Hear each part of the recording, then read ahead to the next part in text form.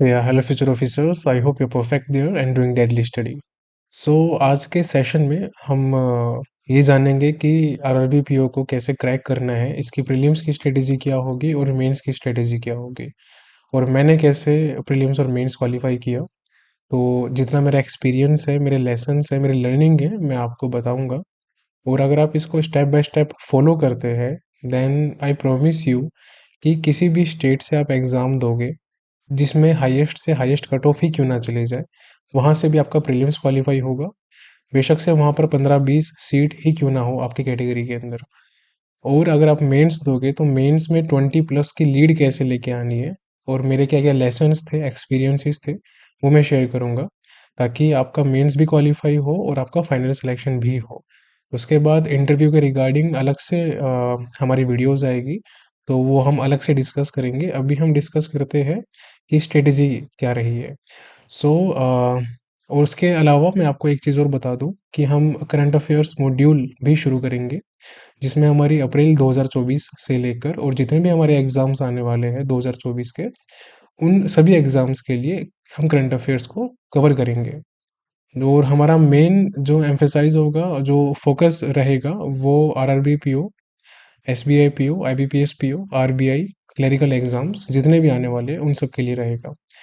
और इसके रिगार्डिंग हम बाद में बात करेंगे। तो अभी हम बात कर लेते हैं आज का जो टॉपिक है उसके बारे में।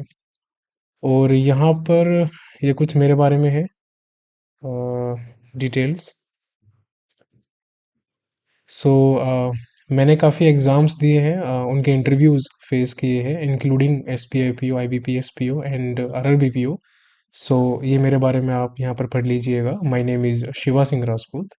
तो आप मुझे शिव सर भी बोल सकते हैं, शिव भैया भी बोल सकते हैं। So it is up to you. So okay, अब हम शुरू करते हैं कि how I cleared R R B P O 2 times. अब ये काफ़ी इम्पोर्टेंट स्ट्रेटेजी मांगती है। अगर आप किसी भी स्टेट से बिलोंग करते हो, सपोज जैसे आप हरियाणा से बिलोंग करते हो, राइट। अब मैं यहाँ पर कुछ स्टेट्स के नाम लिख दूँ। सो जैसे आप बिलोंग करते हो हरियाणा से, या फिर राजस्थान से, या हिमाचल प्रदेश, उत्तराखंड,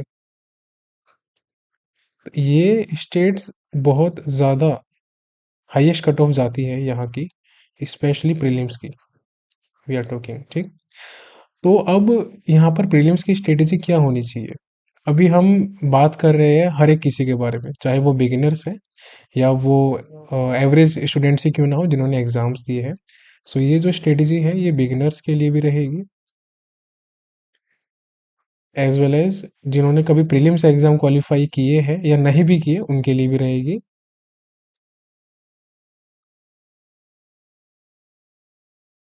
सो यहाँ पर सबसे इम्पोर्टेंट चीज़ क्या है, थोड़ी सी हैंडराइटिंग को मेरे इग्नोर कीजिएगा, क्योंकि अभी शुरुआत है। सो धीरे धीरे I will try to improve it. तो यहाँ पर हम इम्पोर्टेंस ऑफ मॉक्स के बारे में जानते हैं कि मॉक्स की इम्पोर्टेंस क्या है, और मैंने यहाँ पर ये पॉइंट इंक्लूड क्यों किया है। तो देखो, अगर आप प्रीलिम्स एग्जाम में बैठे हो जहाँ पर कम से कम नहीं तो 4 to 5 लाख स्टूडेंट्स बैठते हैं, हम प्री की बात कर रहे हैं, ठीक। तो अब 4 to 5 लाख स्टूडेंट्स में जो कि प्री में बैठे हैं, यहाँ पर आपको कुछ थाउजेंड्स में आना होता है। अब अगर किसी भी स्टेट में टोटल सीट्स सपोज करो 100 है, और उस 100 में आप किसी भी कैटेगरी से बिलोंग करते हो, दैट डजेंट मैटर। लेकिन हर एक कैटेगरी में कंपटीशन होता है, हमको उस कंपटीशन को ब्रेक करना है। उसके अंदर मॉक्स का बहुत ज़्यादा रोल आ जाता है। अब यहाँ पर बच्चे बोलते हैं कि सर हम मॉक्स को डेली लगाए या वीकली लगाए, या कितने लगाने चाहिए, उसके बारे में भी में हम बात करेंगे। लास्ट में मैंने यहाँ पर पॉइंट रखा है, हाउ मेनी मॉक्स डेली और वीकली। तो मॉक्स की इम्पोर्टेंस आप ऐसे समझ सकते हो कि मॉक्स जैसे आपकी बॉडी में हार्ट बीट होती है, जब तक वो चल रही है यू आर अलाइव, आप सरवाइव कर रहे हो। तो ऐसे ही अगर आपको प्रीलिम्स में सरवाइव करना है, अगर आपको मेंस देने जाना है, तो उस चीज़ में आपको मॉक्स पे ज़्यादा फोकस करना होगा, राइट। अब यहाँ पर डिफरेंट डिफरेंट ब्रांड के मॉक्स है, तो उसके बारे में एज सच कोई स्पेशल नहीं है, बट फिर भी अगर आप जानना चाहते हो तो मैंने, और मुझे पर्सनली ओली बोर्ड या स्मार्ट कीड़ा, ये दोनों मुझे ज़्यादा पसंद है। और बाकी लगाने को गाइडली भी लगा सकते हो, प्रैक्टिस मॉक भी लगा सकते हो, ठीक। तो वो आप पे डिपेंड है कि आपको कौन सा मॉक लगाना है, बट ओलिव बोर्ड लगाना ही लगाना किसी भी कीमत पे। स्मार्ट कीड़ा और गाइडली में से आप कोई एक फॉलो कर सकते हो। अगर मेरी एडवाइस मानोगे तो स्मार्ट कीड़ा मुझे काफ़ी अच्छा लगता है। सो मॉक्स आपको लगाने हैं और इसको आप डिनाई नहीं कर सकते अगर आपको प्रीलिम्स क्वालिफाई करना है, चाहे कट ऑफ कितनी भी हाई क्यों ना जाए। अब यहाँ पर बात आती है कि आप मॉक्स तो लगा रहे हो, अब मॉक्स में करना क्या है। तो देखो, अगर आप आरआरबी पीओ की प्रिपरेशन कर रहे हो तो आरआरबी पीओ प्रीलिम्स के अंदर सबसे बड़ा जो गेम होता है वो होता है स्पीड। ये अगर आपके ग्रास्प में आ गई तो ऑटोमेटिकली आपके नंबर ऑफ अटेम्प्ट्स हाई होंगे, ठीक है। और जब आपके अटेम्प्ट्स हाई होंगे तो उसमें अगर आपकी एक्यूरेसी बिगड़ भी गई तो भी आप वहाँ पर मैनेज कर सकते हो। अब यहाँ पर मैंने फोर्थ पॉइंट इंक्लूड किया है कि एक्यूरेसी कितनी होनी चाहिए। तो 90% आपकी एक्यूरेसी होनी चाहिए मॉक्स में। सपोज आपने कोई मॉक लगाया जहाँ पर टोटल 80 क्वेश्चंस थे। अब उस 80 क्वेश्चंस में से आपने अटेम्प्ट किए, मान लेते हैं आपने 70 क्वेश्चंस अटेम्प्ट किए एज एन एग्जांपल। तो इन 70 क्वेश्चंस में से अगर आपके 6 क्वेश्चन गलत भी हो गए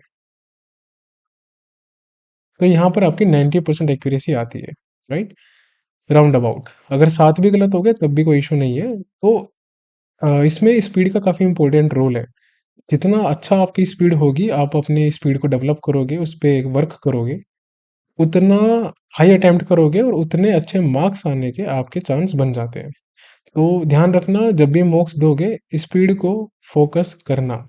शुरुआत में हो सकता है काफ़ी मिस्टेक्स करो आप, आपकी 40%, 50% या 60% एक्यूरेसी आए। सो वो कोई सीरियस कंसर्न नहीं है, आप बस प्रैक्टिस करते रहो, ऑटोमेटिकली आप ट्रैक पे आ जाओगे। अब हम बात करते हैं कि मैंने थर्ड पॉइंट इंक्लूड किया है, अवॉइड सेक्शनल मॉक। अब देखो, हर किसी की अप्रोच होती है। पर्सनली मैं कहूँ तो मैं सेक्शनल मॉक को प्रीफर नहीं करता, और जितने मेरे स्टूडेंट्स रहे हैं और जिन्होंने सिलेक्शन लिया है मैक्सिमम को मैंने हमेशा यही बोला कि आप फुल मॉक लगाओ। तो आप भी फुल मॉक पे फोकस करना, अगर आप बिगिनर नहीं हो तो। कंडीशन है, ठीक है। यहाँ पर स्टार मार्क कर दिया है मैंने। ये उनके लिए है जिन्होंने कभी प्रीलिम्स क्वालिफाई किया है या फिर नहीं किया है। लेकिन अगर आप बिगिनर हो तो आप फुल मॉक पे स्विच मत करो। अभी आप 1 मंथ सिर्फ सेक्शनल मॉक पे लगाओ। सेक्शनल में लगाना है आपको प्रीलिम्स का और आरबीपीओ का। ये बिगिनर्स के लिए है। और डेली एक एक या फिर दो दो मॉक लगाते रहो, ठीक है। या तो एक लगा सकते हो या फिर दो लगा सकते हो, हर एक सेक्शन का, जैसे रीजनिंग और क्वांट दोनों का। ठीक है, तो यहाँ तक तो बात होगी। अभी यहाँ पर होता है कि जो बच्चे प्रीलिम्स जिन्होंने दिया है और जिनका क्वालिफाई हो गया या जिनका जिनका प्री क्वालिफाई नहीं भी हुआ, तो उनका क्या करना है, क्या वो फुल मॉक लगाए या सेक्शनल मॉक लगाए। तो देखो, अभी आपके पास टाइम है। अगर आप अप्रैल और मई 2 महीने आप सिंपली एक मॉक अटेम्प्ट करो डेली का। डेली ना करना हो तो आप अल्टरनेट डे पे भी कर सकते हो। ये उनके लिए है जिन्होंने प्रीलिम्स एग्जाम दिए हैं पहले, 1 2 3 4, जिनको एक्सपीरियंस है एग्जाम्स का। तो अभी से लेकर आपको क्या करना है, अप्रैल से लेकर और आपको मई लास्ट तक, ये या तो एक मॉक डेली का लगाना है या फिर आपको अल्टरनेट डे पे लगाना है। अभी आप पे डिपेंड है कि आप किस में कंफर्टेबल हो, राइट। अब यहाँ पर बात आती है कि एक्यूरेसी की। और हाँ, जब अप्रैल और मई का टाइम चले जाएगा, फिर आप ऐसा कर सकते हो कि आप जून में वीक में 2 मॉक लगा सकते हो। या फिर अगर आपको और मॉक लगाने हैं तो आप इसको कंटिन्यू कर सकते हो मई जून और जुलाई तक। जुलाई तक तो मत करना, क्योंकि जुलाई का टाइम काफ़ी क्रूशियल होता है और आपका जो आरआरबीपीओ का प्रीलिम्स होगा वो फर्स्ट वीक ऑफ अगस्त से शुरू हो जाएगा। तो जुलाई में आपको मैक्सिमम मॉक अटेम्प्ट करने हैं, डेली तो करना ही करना है। और कभी कभार वीक में 2 या 3 दिन, 2 2 3 3 मॉक भी लगा लेना। जितना स्पीड आपकी इन्हेंस होगी उतना आपको बेनिफिट होगा। अब काफ़ी बच्चे बोलेंगे कि सर मॉक्स तो इतने होते नहीं है हमारे पास, तो इतने कैसे अटेम्प्ट करें। तो उसका भी मैं सोल्यूशन बताऊंगा आपको आगे। तो अब यहाँ पर बात आती है, तो ओके, तो हमने यहाँ पर सब कुछ डिस्कस कर लिया कि प्रीलिम्स की स्ट्रेटेजी में क्या क्या चीज़ इंपॉर्टेंट है और कैसे आपको इन चीज़ों पे फोकस करना है। अब मैं आपको बताता हूँ कि मेरी क्या स्ट्रेटेजी थी प्रीलिम्स के लिए, राइट। तो मैं क्या करता था, जब मैं कब कोई मॉक लगाता था, मैंने सेक्शनल मॉक कभी नहीं लगाया, तो मैंने हमेशा फोकस किया था फुल मॉक पे। ये मैं सबको बता देता हूँ जब मैं प्रिपरेशन कर रहा था। बट अब मैं टीचिंग कर रहा हूँ और टीचिंग मेरा पैशन है, तो अब मैं टीचिंग ही करूँगा। और मैं आप सबको करंट अफेयर्स एग्जाम स्पेसिफिक कैसे स्कोर करना है हाई, और क्या क्या चीज़ें रिक्वायर्ड है और कैसे पढ़ना है, और एग्ज़ाम ओरिएंटेड कंटेंट आप तक पहुँचाऊँगा। सो उसके लिए आप बेफिक्र रहो, उसके बारे में भी हम आगे बात करेंगे मेंस की स्ट्रेटेजी के अंदर। तो मेरी स्ट्रेटेजी ये थी कि मैं फुल मॉक अटेम्प्ट करता था, और मैं डेली का एक या फिर दो मॉक अटेम्प्ट करता ही करता था। और ये मैं बात कर रहा हूँ प्रीलिम्स की, तो कंफ्यूज मत होना, ये मेंस की स्ट्रेटेजी नहीं है, प्रीलिम्स की है, ठीक। अब एक या दो मॉक अटेम्प्ट करने के बाद मुझे हार्डली लगता था 15 से लगभग 30 मिनट्स, आधा घंटे के आसपास मुझे एनालिसिस के लिए लगता था एक मॉक में मैक्सिमम। और वो भी तब जब कुछ मैसिव मिस्टेक्स हो जाती थी, राइट। उसके बाद जब मैंने मॉक अटेम्प्ट किया, ठीक है, तो जब मैंने मॉक फिनिश कर लिया, उसके बाद सबसे इम्पोर्टेंट आता है एनालिसिस पार्ट। क्योंकि प्रीलिम्स की प्रिपरेशन मॉक से ही होती है, और बिना मॉक के आप एग्जाम क्वालिफाई नहीं कर सकते। तो मॉक फिनिश करने के बाद इसका एनालिसिस पार्ट इम्पोर्टेंट होता है। अब एनालिसिस पार्ट में मैं क्या करता था, यहाँ पर आपको एनालिसिस इस तरीके से करना है कि जो आपके क्वेश्चंस रॉन्ग हुए, जो आपने अटेम्प्ट किए और जो क्वेश्चन आपके रॉन्ग हुए, आपको उन पे फोकस करना है, राइट। जैसे मैं आपको एग्जांपल देता हूँ। सपोज मैंने 60 क्वेश्चंस अटेम्प्ट किए, ये मेरे अटेम्प्ट्स थे, 80 क्वेश्चंस में थे, 18 क्वेश्चंस में से। अब इन 60 में से मेरे 8 रॉन्ग हो गए। तो जो ये मेरे 8 रॉन्ग हुए हैं, मैं सबसे पहले इसका एनालिसिस करूंगा कि ये रॉन्ग क्यों हुए हैं, रीजन क्या था। और जब मैंने इसका एनालिसिस कर लिया, उसके बाद के जो फिर रेस्ट क्वेश्चंस होते थे, जो रेस्ट 20 क्वेश्चंस बचेंगे हमारे 80 में से, तो इनमें से अर्थमेटिक को मैं अटेम्प्ट नहीं करता था कभी। ये मेरी स्ट्रेटेजी थी। आपकी डिफरेंट हो सकती है, हो सकता है आप अर्थमेटिक अटेम्प्ट करो, बट मैं नहीं करता था।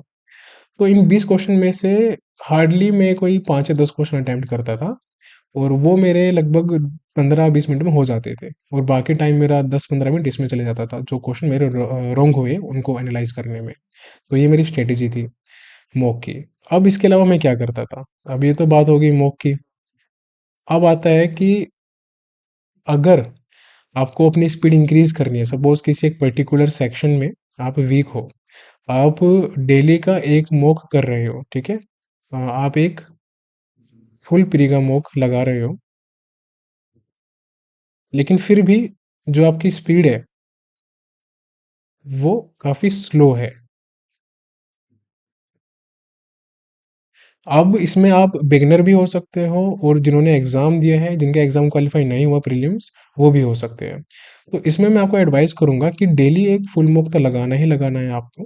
कोशिश करो 2 हो जाए अगर, तो बहुत अच्छा है डेली के अभी से। और इसका मैजिक आप लगभग 6 वीक बाद देखना। तो ये आपको कंटिन्यूअसली करना है 6 वीक्स तक, अगर आपको इम्प्रूवमेंट देखनी है। संडे को you can take a gap, but week में 6 डेज आपको कंटिन्यूअसली एफर्ट करना है। तो अगर आपकी स्पीड स्लो है यहाँ पर, तो यहाँ पर आप एक या दो सेक्शनल मॉक भी प्रैक्टिस कर सकते हो प्रीलिम्स के। अब मैं बार बार मॉक की बात कर रहा हूँ, फुल मॉक्स और सेक्शनल मॉक। क्या जो पीडीएफ वगैरह अवेलेबल होती है, और जो अदर साइट्स पे कंटेंट अवेलेबल होता है प्रैक्टिस के लिए, वो हम प्रैक्टिस करना चाहिए। तो देखो, अगर आप बिगिनर हो तो आप प्रैक्टिस कर सकते हो, ये बिगिनर्स के लिए ठीक है। लेकिन अगर आप यहाँ पर उन बच्चों में से हो जो एग्ज़ाम फेस कर चुके हैं, जिनको एक्सपीरियंस है, ठीक है? उनके लिए ये नहीं है, उनके लिए सिर्फ़ 2 ही चीज़ है, एक है फुल मॉक और दूसरा है सेक्शनल मॉक। तो इसका ध्यान रखो आप, ये आपकी स्ट्रेटजी होनी चाहिए। अब इसके अलावा मैं यहाँ पर आपको एक चीज़ और बताऊँगा। ओके गाइज़, सो ये तो हमारी बात थी फुल मॉक और सेक्शनल मॉक की। उसके अलावा आपको प्रीलिम्स के टाइम पे क्या करना चाहिए? तो बेसिक कुछ अगर मैं बात करूँ तो देखो यहाँ पर 2 सेक्शन आते हैं आरआरबी-पीओ के अंदर। एक आता है क्वांट और दूसरा आता है हमारा रीजनिंग, राइट? तो अब आप इन दोनों के लिए फुल मॉक और सेक्शनल मॉक तो लगा रहे हो। आपने सेक्शनल भी प्रैक्टिस कर लिया और आपने फुल भी प्रैक्टिस कर लिया डेली बेसिस पे। लेकिन उसके अलावा क्वांट के अंदर स्पेसिफिकली आपको डेली टेबल्स 25 तक, उसके अलावा स्क्वायर्स 50 तक आपको याद होनी चाहिए। उसके अलावा थोड़ा बहुत निकालना सीख लो, 200 तक काफ़ी है। देन क्यूब्स आपको कम से कम नहीं तो 20 तक तो याद होने ही चाहिए। कोशिश करो अगर तो 25 तक याद कर लो, ज़्यादा अच्छा है। अगर 30 तक हो जाए तो बहुत ही अच्छा है। और उसके अलावा आती है परसेंटेज फ्रैक्शनल वैल्यूज़। इनका आपको डेली प्रैक्टिस करना है, डेली रिवीजन करना है। तो ये आप भूलना मत, ये बहुत ज़्यादा इंपॉर्टेंट चीज़ है। सो यहाँ पर आपको इसको रिवाइज करना है या फिर प्रैक्टिस करना है, और ये डेली बेसिस पे करना है। ज़्यादा नहीं तो कम से कम 15 से 20 मिनट डेली का प्रैक्टिस करना है आपको। तभी जाके आप कैलकुलेशन में फास्ट हो सकोगे, अदरवाइज नहीं हो सकोगे। एंड अब यहाँ पर बात आती है कि अगर कोई स्टूडेंट अर्थमेटिक में स्ट्रॉन्ग नहीं है तो क्या वो आरआरबी पीओ का प्रीलिम्स क्वालिफाई कर सकता है? तो देखो पर्सनली मेरी अर्थमेटिक कभी अच्छी नहीं थी। आई एम पैथेटिक, मैं बहुत बुरा हूँ अर्थमेटिक में। मेरी कभी भी अच्छी नहीं रही और मैंने बिना अर्थमेटिक अटेम्प्ट किए हमेशा हर एक प्रीलिम्स क्वालिफाई किया है, चाहे वो आरआरबी पीओ का हो या वो आईबीपीएस पीओ का हो या एसबीआई पीओ का हो। तो मैंने सारे प्रीलिम्स क्वालिफाई किए हैं और मेंस भी मैंने क्वालिफाई किए हैं। तो यहाँ पर मैं बिना अर्थमेटिक अटेम्प्ट करके एग्ज़ाम क्वालिफाई कर रहा हूँ, तो आप भी कर सकते हो। बट मैं रिकमेंड करूँगा आपको कि अगर हो सके तो कम से कम 4-5 चैप्टर स्ट्रॉन्ग कर लो, सो दैट मेंस में आपको अगर कुछ भी ना आए, लॉजिकल डीआई आपसे क्रैक नहीं होती, तो उस केस में आप जो आपके अर्थमेटिक चैप्टर है स्ट्रॉन्ग, जैसे टाइम एंड वर्क हो गया, टाइम एंड डिस्टेंस हो गया, उसके अलावा प्रोबेबिलिटी हो गया, एंड बोट एंड स्ट्रीम हो गया, एसआईसीआई हो गया। तो ये चैप्टर आप इतने स्ट्रॉन्ग कर लो, 5-6 चैप्टर, कि अगर आपको लॉजिकल डीआई मेंस में क्रैक नहीं होती है आपसे, तो इनके क्वेश्चन अटेम्प्ट करके आप कम से कम एवरेज स्कोर कर सको, और वो हो भी जाएगा। तो इसको आपको टाइम देना पड़ेगा, वो आपके अकॉर्डिंग है आपको कितना टाइम देना है डेली बेसिस पे। तो वो हर किसी का सेपरेट रहता है, उसमें हम डिस्कस नहीं करेंगे। तो ये तो क्वांट का था। अब यहाँ पर आता है रीजनिंग की बात। तो रीजनिंग में जब आप फुल और सेक्शनल मॉक लगाओगे तो ऑटोमेटिकली वहां से आपकी प्रैक्टिस हो जाएगी, तो अलग से कुछ भी करने की आवश्यकता नहीं है।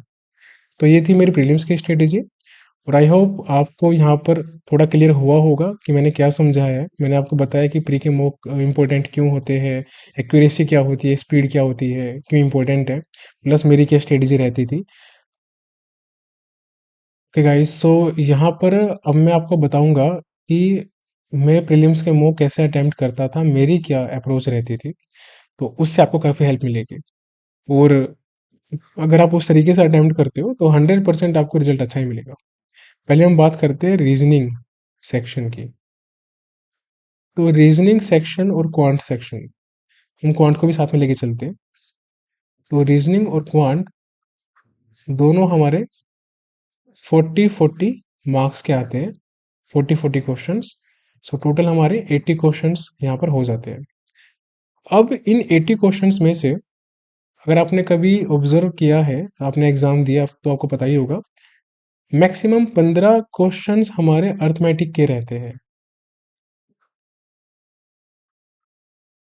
और बाकी के जो 65 क्वेश्चंस होते हैं वो हमारे रहते हैं उन सभी पार्ट्स के जिसमें पजल्स आती है रीजनिंग के अंदर, कोडिंग डिकोडिंग, मतलब रीजनिंग में 40 में से 40 लगा लो आप। और क्वांट के लगभग 25 क्वेश्चन ऐसे होते हैं जो आप कर सकते हो, अगर आपकी अर्थमेटिक अच्छी नहीं भी है तब भी आप आराम से कर सकते हो विद 100% एक्यूरेसी। तो आपको पहले इस पे फोकस करना चाहिए, और रीजनिंग में आपके 40 क्वेश्चन हो ही जाएंगे।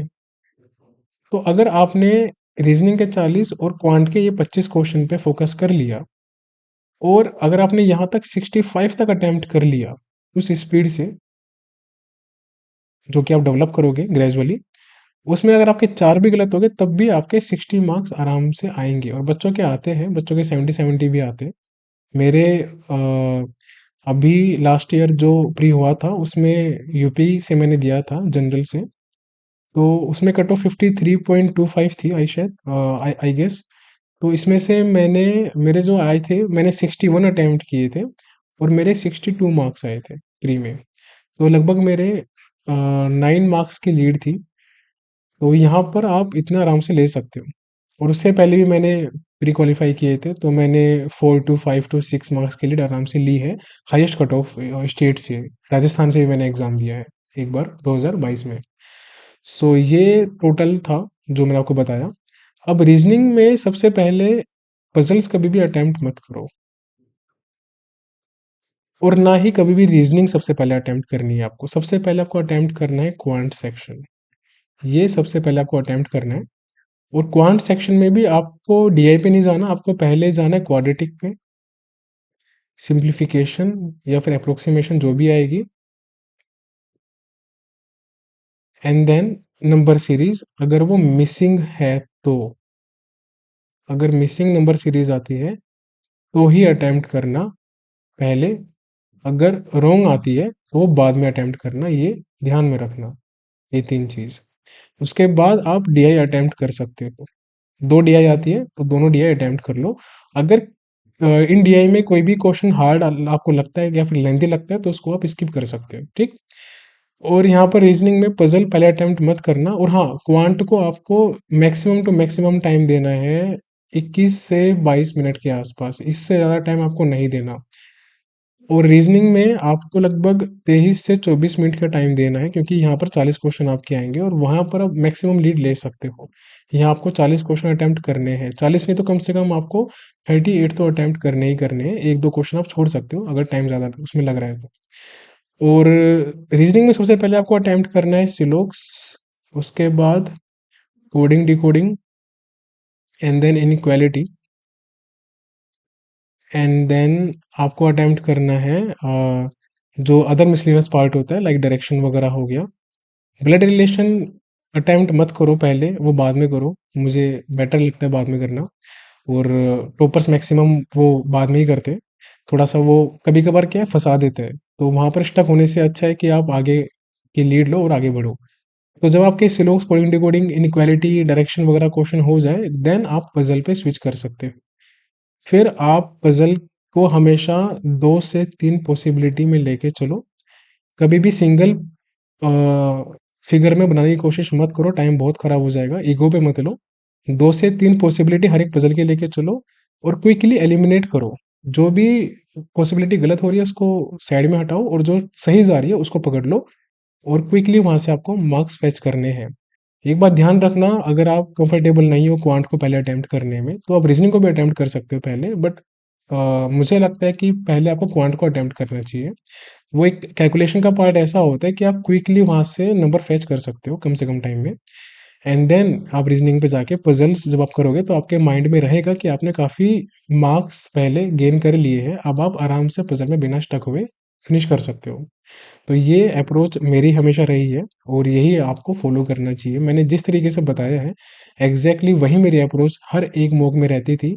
और मेरे हमेशा मॉक में मैं आपको अपने मॉक के स्कोर टेलीग्राम ग्रुप में सेंड कर दूंगा लास्ट ईयर के, तो वहाँ से आप देख लेना। बिना अर्थमेटिक के मेरे 99.9 परसेंटाइल भी आए हैं कई बार। मॉक्स में, और ये मैं बात कर रहा हूँ ओली बोर्ड, स्मार्ट किडा वगैरह की, जो सबसे टफ मॉक माने जाते हैं। 90+ परसेंटाइल तो मेरी आती ही आती थी। मतलब अगर 10 मॉक है तो 10 में से 9 मॉक में तो आना ही आना है। कोई एक मॉक खराब हो गया तो अलग होता है, क्योंकि हर एक मॉक सही नहीं हो सकता। बट अगर आप 90 परसेंटाइल प्लस लेके आ रहे हो तो आप हर एक स्टेट से क्वालिफाई कर सकते हो।